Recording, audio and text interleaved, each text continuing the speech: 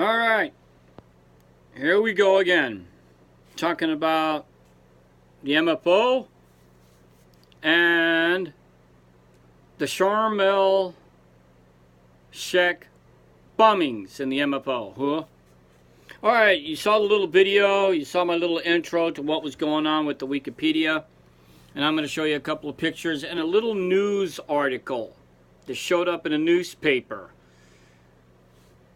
Okay, this is me. This is the tower I was talking about in South Control 7.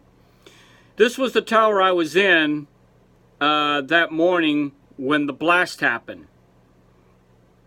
Look how you see over the nice little ocean and everything. And I just happened to be looking that way in this tower when the first boom went off.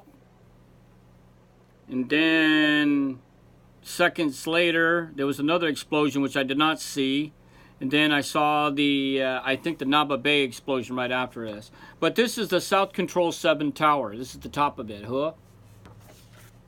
Now, when we got there, when we got back, when we drove through Sharm el-Sheikh roughly a week and a half later to go back to South Control 7 because of the lockdown, the Egyptians surrounded what was left of the building with these big yellow containers while they're doing their investigation. This is the actual hotel when they were doing their investigation. Here's the same hotel roughly about 4 months later being rebuilt.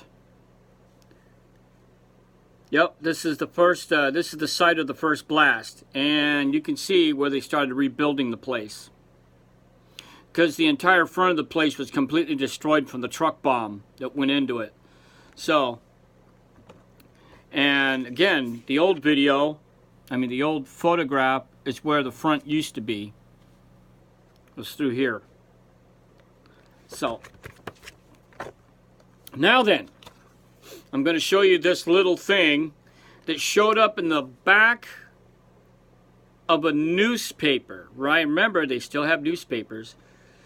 And this was sent to me by a buddy of mine back in the United States, that this made 4th page news. This little tiny little thing was in the back of the friggin' page, newspaper, fourth page, because it made no news, because they didn't want to alarm everybody. And it says, suspects in Egyptian bombing shot dead. El Ashrish, Egypt, security forces on Monday killed a key suspect and 2 other militants accused of the deadly bombings of the tourist resorts in Egypt's Sinai Peninsula, the Interior Ministry said. Salim Kahar el-Shalab, his cousin and his brother-in-law, were killed in a shootout that broke out when security forces raided their hideout in the Halala mountain range in the Sinai, the ministry said in a statement. Now, the mountain range of Halala is actually roughly a little bit west to OP-11. Okay? This is the OP-11 tower. This is where we're going to be, where we ended up roughly about a month after the Sharm bombings. So this is the tower up here at OP-11. And to the west of it, going back, is where that mountain range is. Okay, I just wanted to show you what the tower looked like. So, now then, when we were doing this, of course, you can smell the dead. The stench of the dead stayed for about 2 months, roughly. It was pretty bad. And when you're at South Camp, I had to go do the tower duty, gate duty, the QRF. And so it stunk. Then the paranoia was running very, very high at the time. Roughly about, after we got back a week and a half later, 4 days after that, I was up in Tower 9, directly towards the front of the gate going into the main roadway to where Sharm is. Sharm goes down this way if you walk out of the gate directly like this or drive out. We got an alarm by the SOG on site at the front gate that someone parked a car there and it has not moved. And he claimed there was wires sticking out of it, out of the dashboard. Oh my God, they were calling the QRF. They go rolling up there. They called the EOD guys, the whole fucking shebang. And everybody was told to be on their damn feet and watch. Okay, so like I said, the paranoia was running very, very high. And I'm not going to tell you who the staff sergeant's name is because he's on my Facebook. So if you happen to see this video, he's going to probably fucking blow a fuse. But he'll probably pretty much know who I'm talking about. But no names are said. So anyway, this guy says, holy shit, there's a vehicle up here with wires sticking out of the dashboard. Now, we've already had this training going all the way back to Noble Eagle 1 of what to look for IEDs. We're talking about displaced dashboards, unusual paint jobs like in panels around vehicles, that one panel would be old and dusty and beat up, and then the panel behind it will be same color but brand new. Or you see suspensions on vehicles that are lowered that looks like they're dragging, which means there's a lot of explosives in it. All sorts of stuff, including wires sticking out of dashboards and under seats and everything. So those are the things that you look for. So apparently he thought it was a B-bed. So the QRF goes out, they secure the area, they do the 360, the whole chingalinga, the EOD guys goes out there, and all of us that was up in the towers were stuck in the towers until the okay was given before we can get the fuck out of those towers for the next rotation the guys come up. And basically that's what happened. The V-bed turned out to be, was not. It was just a vehicle that was abandoned there because it had a dead battery. The wires sticking out was the vehicle was basically a Siddiqui fucking taxi. And all their cars are all fucking half-assed anyway. But the paranoia was running very, very high.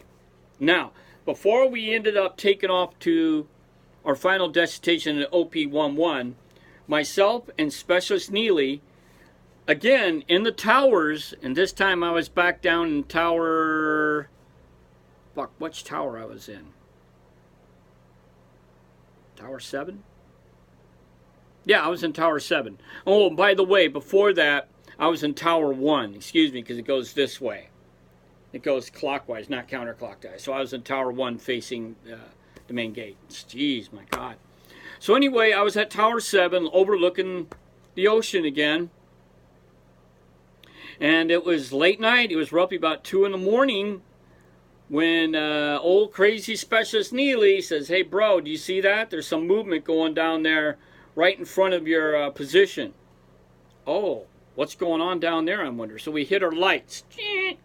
We turned our lights, our spotlights on. We shifted over to the unfinished hotel building, which was roughly about 300 meters out, just slightly to the left of me. And we see 4 people walking around out there, and we didn't know who they were. I said, dude, I see 4 friggin' people. And Neely says, hey, I don't know what's going on, but they're roughly 100 meters away from the first set of barbed wire. So Neely, he calls the SOG, and he locks and loads. I said, fuck it. Slam. I slammed that magazine. I took the tape off, slammed that magazine in. Boom, locked and loaded and stuck it out the fucking window. And then we're on the radio. It says, we got some guys that are coming up to the fucking wire. And they did. They were coming up to the fucking wire. They were walking around the old unfinished resort building, the old hotel, and they were walking along this little crevice heading towards the first set of wires, which was roughly 100 meters out. They were moving in, going past 200 to 100 meters. Neely was asking, these guys were approaching the gate. I'm following the rules of engagement, and I'm about ready to fire my warning shot. And then I get on the radio. It says, roger that. It says, I am getting ready to fire my warning shot. The SOG fucking loses his fucking mind, and he screams, "Don't shoot! Don't shoot!" They were like, "Oh my God, don't shoot!" And we're like, "Here, heading towards the wire." So he goes racing roughly about 5 minutes later, 5 to 10 minutes later. I have to admit, it was pretty fast. He goes flying up the stake bed truck. He gets out. He jumps out. He runs up my tower. And we got both the lights shined on these fucking 4 idiots. One of them disappears, and that was only 3. He says, "Do not shoot at them. Do not shoot."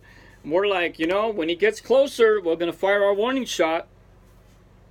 So that big crazy fiasco, they managed to radio and make some phone calls up there at the main radio room, our communication center.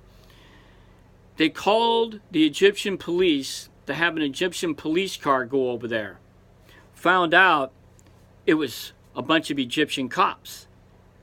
And these guys, basically what they were doing, they were just searching around the old resorts looking for transients or possible terrorists that might launch an attack on the South Camp, the MFO.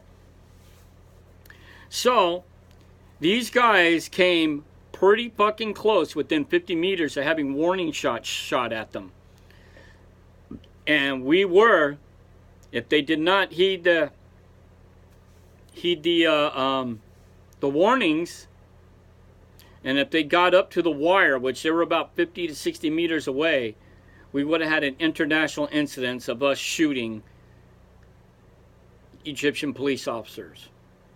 So that was part of the excitement that was going on in the MFO at this time period. And at the end of this video, we are going to be packing up and going to that lonely little place on the mountain, OP11, where if you come under attack, you're screwed, because help will not get there for 5 hours. Get there in an hour by helicopter, but in 5 hours the ground, you're going to have to hold out, brother. Huh?